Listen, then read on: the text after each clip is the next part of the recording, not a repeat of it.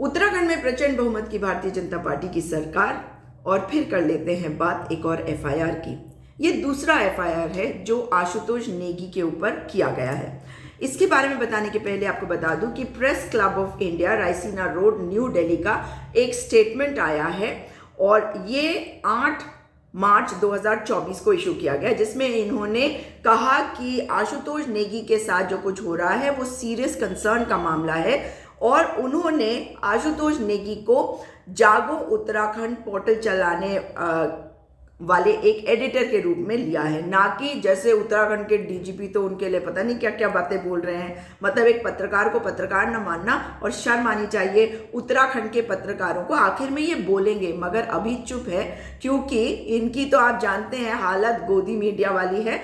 इसलिए ये सूचना डिपार्टमेंट से अपना पैसा इकट्ठा करते हैं मगर एक पत्रकार के लिए बोलने को तैयार नहीं है। जब शिव प्रसाद सेमवाल जो पर्वत जन के एडिटर थे उनकी गिरफ्तारी करने की कोशिश करी गई, बल्कि उनको उठा लिया गया था उनके घर से, तब भी मैंने आवाज उठाई थी और तब भी मैंने पत्रकारों का हाल देखा था उत्तराखंड का। और जब भी कहीं पे भी किसी भी जगह पर सिविल सोसाइटी फ्रैगमेंट होती है, वो फ्रेटर्निटी जिसके व्यक्ति को उठाया जाता है उसके साथ गलत किया जाता है वो फ्रैगमेंटेड होती है, तो ऐसा ही हाल होता है। लेकिन आखिर में जनता या तो आपके भी खिलाफ हो जाती है और या फिर वो चिंगारी आपके घर को भी जलाती है। तो यहाँ के पत्रकारों को ये सलाह तो जरूर दूंगी कि अपने अंदर झांको और आकलन करो कि आज क्या कर रहे हो। किसी भी अखबार में इस मैटर पर ठीक से खबर नहीं आ रही है, लेकिन जो प्रेस क्लब ऑफ इंडिया का स्टेटमेंट है उसमें उन्होंने कहा है कि अंकिता भंडारी के लिए आवाज उठाने वाले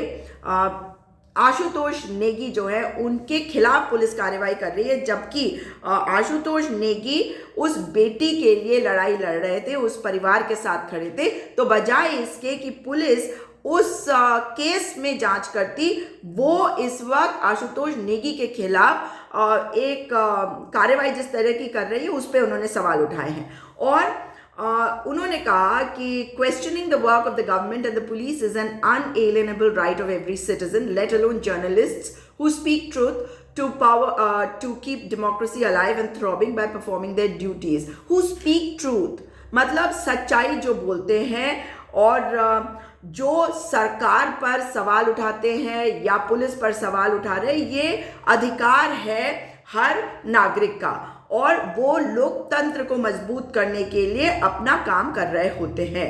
उत्तराखंड पुलिस ने जो बात कही है कि so called activist like Ashutosh Negi, और ये शब्द डीजीपी उत्तराखंड के भी हैं जिन्होंने कहा कि तथाकथित सामाजिक कार्यकर्ता, ये किसी के लिए भी कुछ भी बोल सकते हैं। कल को मुझे भी कह देंगे कि ये तथाकथित सामाजिक कार्यकर्ता, और इनके जैसे पॉलिटिकल एक्टिविस्ट को मैं अच्छी तरह जानता हूं, तो हम भी आपको अच्छी तरह से जानते हैं। इसके लिए आपको कोई शक नहीं होना चाहिए अभिनव कुमार जी। लेकिन यहाँ पे इन्होंने ये भी कहा था और इस बात को इन्होंने कोट किया है प्रेस क्लब के स्टेटमेंट में कि आशुतोष नेगी की जो एक्टिविटीज है उनकी हम जांच कर रहे हैं और देखेंगे कि क्या वो कोई षड्यंत्र कर रहे हैं, वो राज्य के खिलाफ षड्यंत्र कर रहे हैं। मतलब कैसी बातें कर रहे हैं राज्य के खिलाफ? मतलब आप अगर उस परिवार के साथ है जिनकी बेटी की हत्या हो गई है तो आप राज्य के खिलाफ कार्य करें, आप अपना कार्य नहीं करेंगे लेकिन सवाल ना उठाए कोई, ये है काम इस डीजीपी का। खैर, इन्होंने कहा कि अगर हमारे पास कोई सबूत आएंगे तो हम इनके खिलाफ एक्शन लेंगे। लेकिन इसके आगे प्रेस क्लब ऑफ इंडिया का स्टेटमेंट कहता है the tone of the statement is suggestive of vendetta and smacks of a presumption of guilt. ये जिस तरीके का स्टेटमेंट डीजीपी साहब ने दिया, इन्होंने उत्तराखंड पुलिस का है, लेकिन उत्तराखंड पुलिस के जो डीजीपी हैं उन्होंने ये बात भी कही और ये उन्हीं का स्टेटमेंट है जिसमें प्रेस क्लब ऑफ इंडिया कह रहा है कि जिस तरीके से उन्होंने ये बात करी है उससे लगता है कि वो बदले की भावना से इसे करने की कोशिश कर रहे हैं और इन्होंने पहले ही डिसाइड कर लिया कि आशुतोष नेगी जो है वो गलत है, वो गिल्टी है। तो ये बात प्रेस क्लब ने कही है और प्रेस क्लब ऑफ इंडिया ने प्रेस काउंसिल ऑफ इंडिया से दरख्वास्त करी है कि वो आशुतोष नेगी के मैटर को टेकअप करे ताकि इसमें निष्पक्ष जांच हो, इनके जिस तरीके से इनको अरेस्ट किया गया है और इनके साथ अन्याय ना हो। लेकिन इसके बाद चलते हैं एक ऐसे एफआईआर पर जो कमाल का है और उससे मुझे ये तो पता चल गया कि उत्तराखंड में जो पत्रकार इन आशुतोष नेगी पत्रकार जी के साथ नहीं आ रहे हैं, वो जानते हैं कि आशुतोष नेगी जो हैं वो हीमान की तरह है, वो क्या है, वो शक्तिमान टाइप के हैं। और मैं ये क्यों कह रही हूँ, क्योंकि आप सुनेंगे तो आप खुद भी हंसेंगे। एक एफआईआर दर्ज हुई है और इस एफआईआर के बारे में ये बता दूं आपको कि ये 5 मार्च 2024 को समय 3:39 पर की गई और ये इसमें धाराएं लगाई गई हैं 332 और 353। आखिर ये मामला क्या है?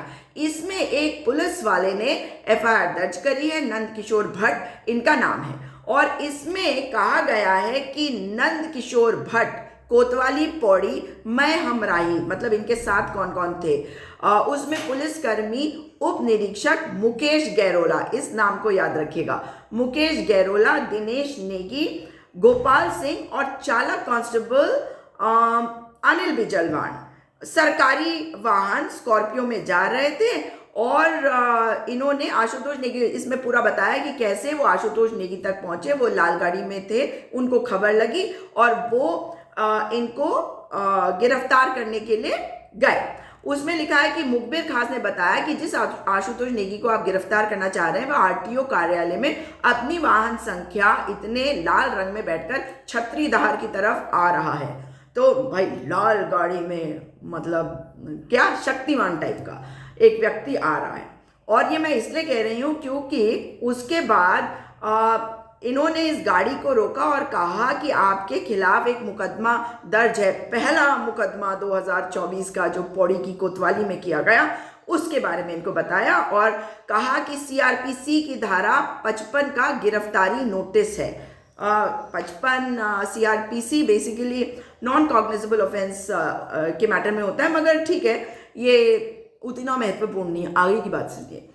इनको कहा, जब इन्होंने कहा तो आशुतोष नेगी कहा कि आप नोटिस दिखाओ, और नोटिस देखते हुए जैसे ही उक्त अभियुक्त को सरकारी वाहन में बैठाकर आगे ईटीसी बैंड के पास चलने लगे तो अभियुक्त हम पर आग बबूला होकर भड़कते हुए हमारे साथ अभद्रता करने लग गया। मतलब सोचिए कितने पुलिस वाले, एक चालक है और उसमें एक नंदकिशोर भट्ट, उसके साथ मुकेश गैरोला, नाम याद रखिएगा, दिनेश नेगी, गोपाल सिंह, ये और जो चालक था वो अनिल बिजलवान। तो ये 5 लोग जो हैं इस गाड़ी में बैठे हुए। तो एक गाड़ी चला रहा है, 4 हैं पुलिस वाले, एक है आशुतोष नेगी। मगर आशुतोष नेगी की हिम्मत देखिए, उसे डर नहीं लगा कि कहीं उसका इनकाउंटर ना हो जाए, उसे डर नहीं लगा। और उसने क्या किया, इसमें लिखा है आगे कि तब इसके द्वारा बोला गया कि मुझे नोटिस दिखाओ। नोटिस दिखाते हुए जैसे ही उक्त अभियुक्त को सरकारी वाहन में बैठाकर आगे ईटीसी बैंड के पास चलने लगे तो अभियुक्त हम पर आग बबूला होकर भड़कते हुए हमारे साथ अभद्रता करने लग गया। बोला कि तुम लोग मुझे जानते नहीं हो, मैं एक बहुत बड़ा पत्रकार और वकील हूँ। अच्छा जी, मैं पुलिस के सभी बड़े अधिकारियों, बड़े राजनीतिक दल के नेताओं को नहीं छोड़ता हूं, तो तुम पुलिस वालों की क्या औकात, तुम सभी की मैं वर्दी उतरवा दूंगा।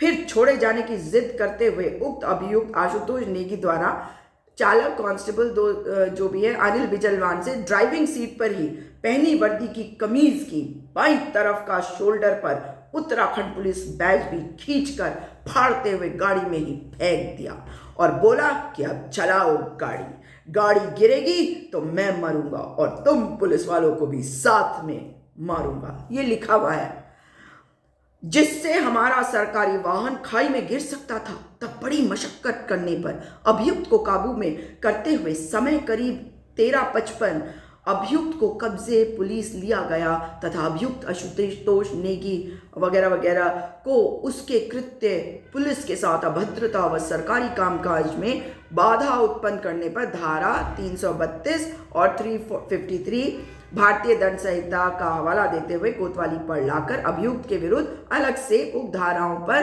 का मुकदमा पंजीकृत किया गया है। जो बोला है उसी लिखा गया, पढ़कर तस्दीक करता हूँ। तो ये जिस व्यक्ति ने लिखा उनका नाम है जितेंद्र आर्या। अच्छा, आप देखिए, खैर किसी ने भी लिखा हो, लेकिन 5 लोग गाड़ी में थे और आशुतोष नेगी को वो रोक नहीं पा रहे थे। बड़ी मुश्किल से उन्होंने उसे कंट्रोल किया, क्योंकि वो कह रहा था, हे मैं गाड़ी को ऐसे कर दूंगा और गाड़ी को नीचे गिरा दूंगा, तुम भी मर जाओगे, मैं भी मर जाऊंगा। ज़रा सोच के देखिए अगर आपको ये हजम होता है। लेकिन हजम हो या ना हो, ये वाले मैटर में मैंने आपको एक नाम बताया और वो नाम है मुकेश गैरोला का। अब मुकेश गैरोला पे आ जाते हैं। मुकेश गैरोला के बारे में एक और रिट पिटिशन नंबर 2033 ऑफ 2018 में एक रिट पिटिशन दाखिल करी गई थी, जिस मामले में भी आशुतोष नेगी इन्वॉल्व थे।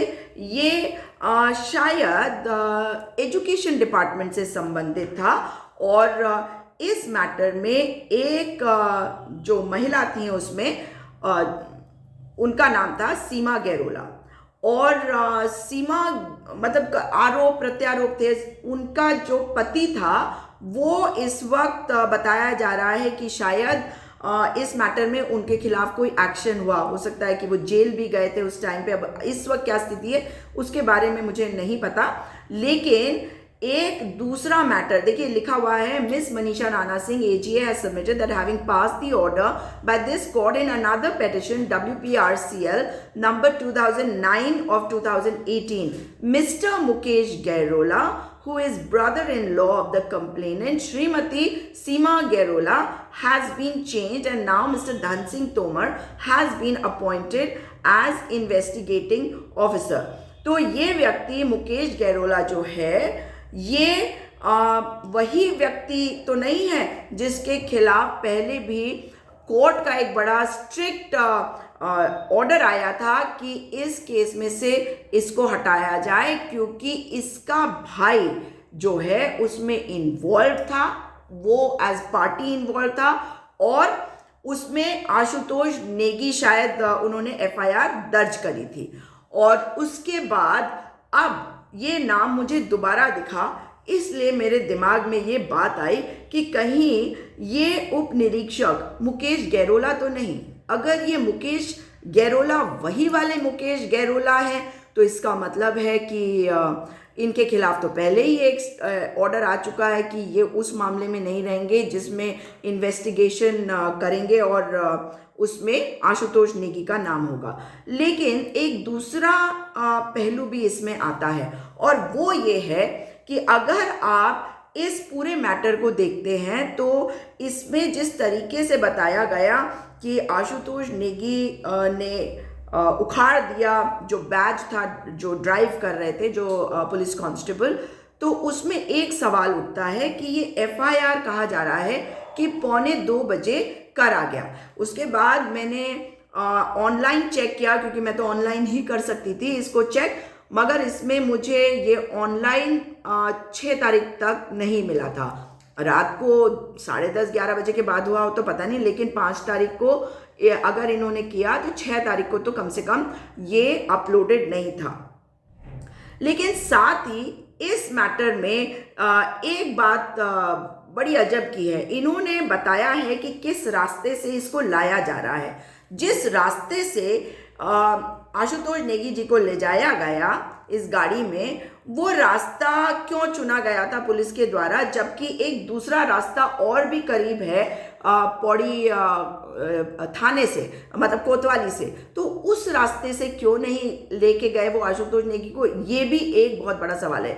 लेकिन इस केस में जिस तरीके से एक और मुकदमा दर्ज हुआ है, ये भी सवाल उठा रहा है कि क्या, क्योंकि ये जो धाराएं होती हैं पुलिस के खिलाफ, कोई अगर हाथ उठाए, अगर कोई उनके कपड़े फाड़ दे या सिर्फ हाथ भी आप लगाते हैं पुलिस वालों के, तो इसका मतलब होता है कि आप सरकारी कार्य में बाधा डाल रहे हैं। तो 332 और 353 IPC की जो धारा है उसके तहत इनको अब इनके ऊपर ये मुकदमा किया गया है और इसमें अभद्रता, पुलिस के साथ अभद्रता और सरकारी काज में बाधा उत्पन्न करना, जो बहुत सीरियस ऑफेंस माना जाता है और निश्चित तौर पे मानना भी चाहिए। अगर कोई पुलिस वालों को अपना कार्य ना करने दे तो उसके ऊपर ये लगनी चाहिए। लेकिन इस वाले मैटर में जिस तरह से ये पूरा डिस्क्रिप्शन है, ये देखकर ही लगता है जैसे कुछ अजीब सा। अब ये मैटर ऑब्वियस है कि कोर्ट में जाएगा, लेकिन ये तथ्य भी कुछ ऐसा है जो मुझे लगा कि आपके समक्ष आना चाहिए। तो आज मैंने आपको प्रेस क्लब ऑफ इंडिया के बारे में बताया कि उन्होंने कैसे एक स्टेटमेंट इशू किया, और दूसरा इस मुकदमे के बारे में। जो पहला मुकदमा था पौड़ी थाने में, वो तो एक प्राइवेट इंडिविजुअल के द्वारा किया गया SC/ST एक्ट वाला मुकदमा, और ये वाला मुकदमा जो है ये भी पौड़ी गढ़वाल में किया गया, और ये FIR नंबर है 8।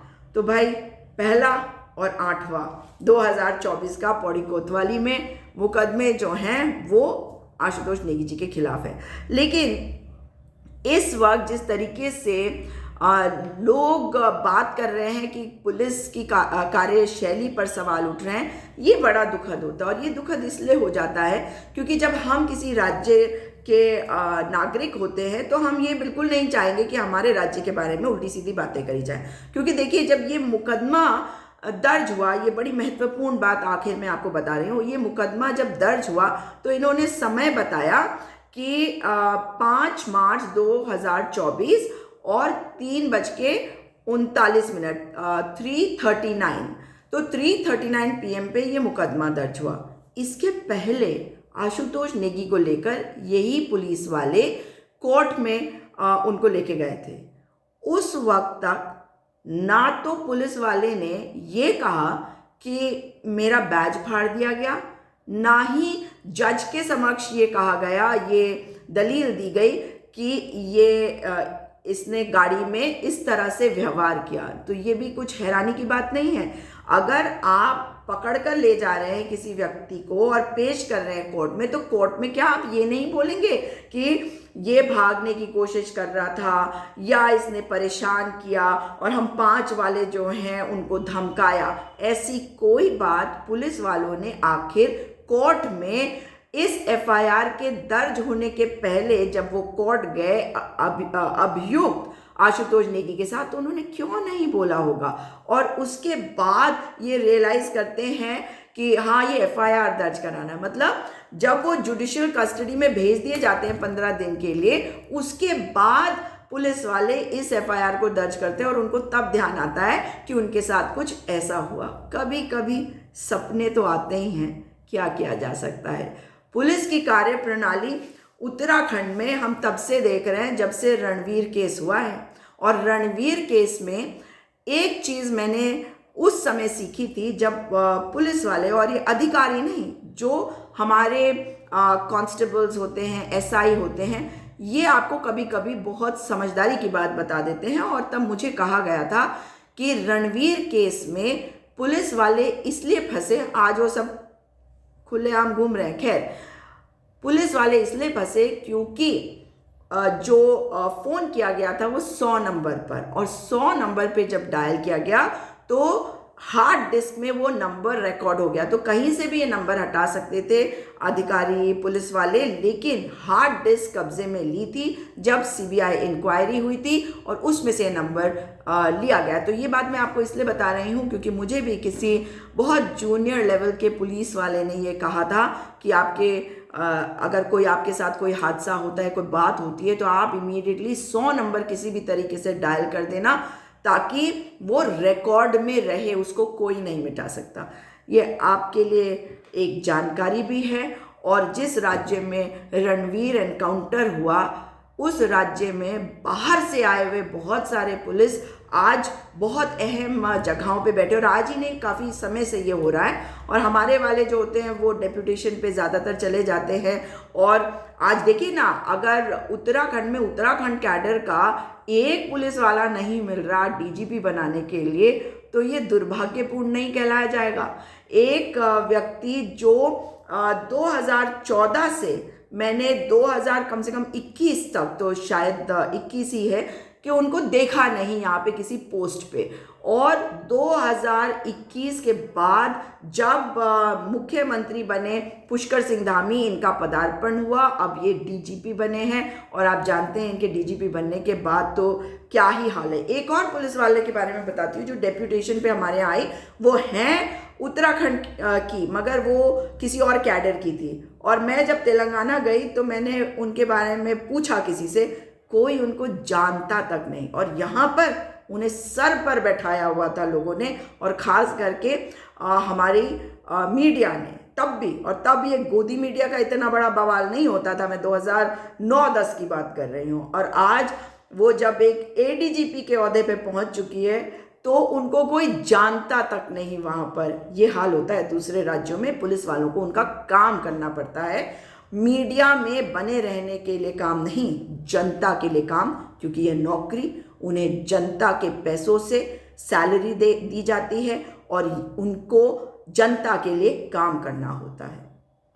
इस वीडियो को शेयर अवश्य करिएगा और इस बात को सोचिएगा कि हमारे उत्तराखंड के कुछ पत्रकार तो भाई शक्तिमान है, इसीलिए बाकी पत्रकारों को आगे आकर उनका समर्थन नहीं करना पड़ता। प्रेस क्लब ऑफ इंडिया करती है और तमाम लोग उनके बारे में ट्विटर पे भी लिखते हैं। और वो पत्रकार जिनको ये गोदी मीडिया फूटी आंख नहीं देख सकते क्योंकि वो इनकी पोल पट्टी खोलते हैं, जैसे रवीश कुमार, अभिसार शर्मा, वो इस बारे में बात करते हैं। तो शर्मनाक तो आपके और मेरे लिए है ही, हमारी सरकार के लिए भी। और सरकार भाजपा की हो सकती है लेकिन सरकार उत्तराखंड की है, यानी कि उत्तराखंड के हर नागरिक की, उसकी भी जिसने इन्हें वोट नहीं दिया।